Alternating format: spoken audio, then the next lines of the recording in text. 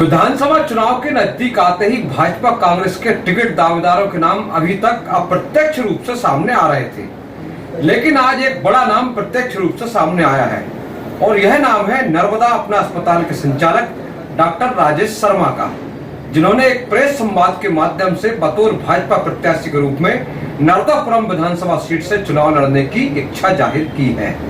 मध्य प्रदेश विधानसभा चुनाव के लिए अब 3 महीने ही शेष रह गए हैं और यह समय अब नजदीक आते ही यह चर्चा तो गहाय बगाय होने लगी है कि पूरे प्रदेश के साथ ही नर्मदापुरम जिले में भी भाजपा के प्रत्याशी कौन होंगे, क्योंकि भाजपा एक सत्ताधारी दल है और नर्मदापुरम जिले में भी जो एक हाई प्रोफाइल सीट है वह है नर्मदापुरम विधानसभा क्षेत्र, जिसका प्रतिनिधित्व 3 दशक से वर्तमान क्षेत्र के विधायक डॉक्टर सीतासरन शर्मा और उनके भाई के द्वारा किया जा रहा है। अब फिर एक बार चुनाव नजदीक है तो पर्दे के पीछे से तो बहुत सारे लोग दावेदारी जता रहे हैं, पर पर्दे के आगे अभी तक किसी ने आगे दावेदारी नहीं जताई थी। लेकिन आज 1 अगस्त को भारतीय जनता पार्टी से नर्मदापुरम विधानसभा क्षेत्र से चुनाव लड़ने की अगर किसी ने खुलकर इच्छा व्यक्त की है तो वो है डॉक्टर राजेश शर्मा, जो कि नर्मदा अपना अस्पताल के संचालक हैं और वरिष्ठ भाजपा नेता भी है। कहते हैं कि भाजपा के केंद्रीय नेताओं तक इनकी नजदीकी है। आज आनंदम रिसोर्ट, जो कि कांग्रेस से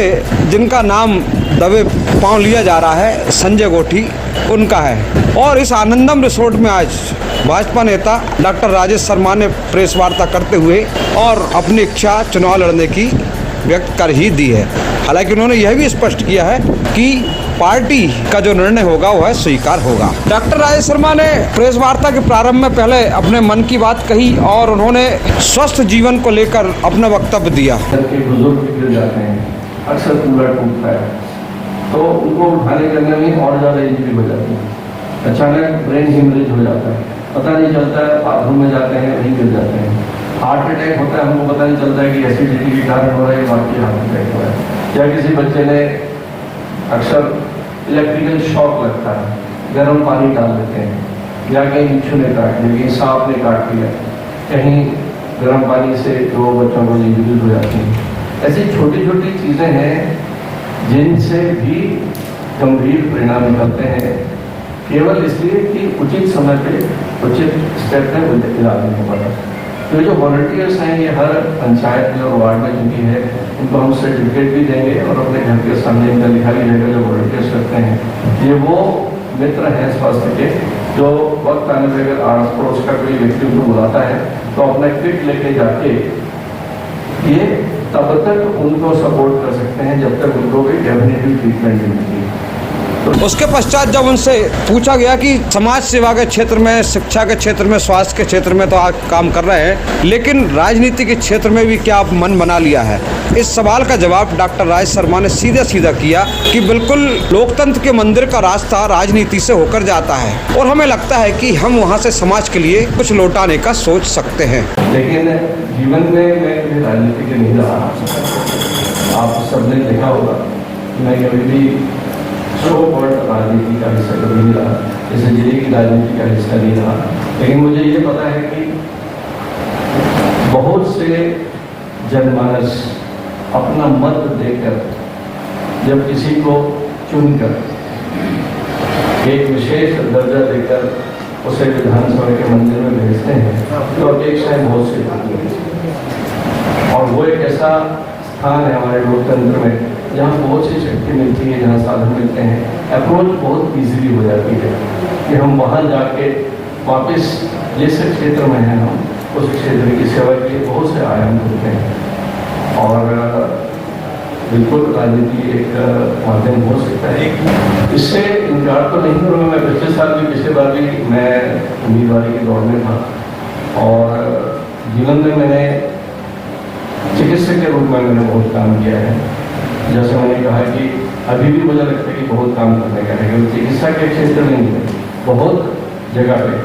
और हमारा जिला जो है, हम सब इस नर्मदापुरम जिले में रहते हैं, तो मैं तो ये बड़े गर्व के साथ कहता हूँ कि पूरे मध्य प्रदेश के सभी जिलों में हमारा जिला बहुत ही विशेष है।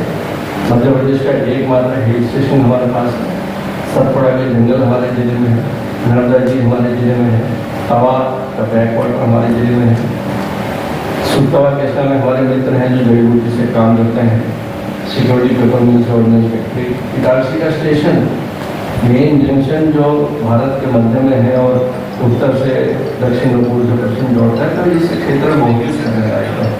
डॉक्टर राजेश शर्मा ने यह भी कहा कि हमने तो पिछले चुनाव में भी उम्मीदवारी व्यक्त की थी, मगर निर्णय पार्टी को लेना होता है और इस बार भी हमारी इच्छा है, लेकिन पार्टी का जो निर्णय होगा उसका पालन करेंगे। उन्होंने कहा कि नर्मदापुरम जिले में अभी और काम करने की संभावना है। यहाँ स्वास्थ्य, रोजगार, शिक्षा के क्षेत्र में और बेहतर काम किया जा सकता है। यहाँ अच्छे शैक्षणिक संस्थान, छोटे मेडिकल कॉलेज, IIM जैसे संस्थान भी लाए जा सकते हैं। युवाओं के रोजगार के लिए काम हो सकते हैं।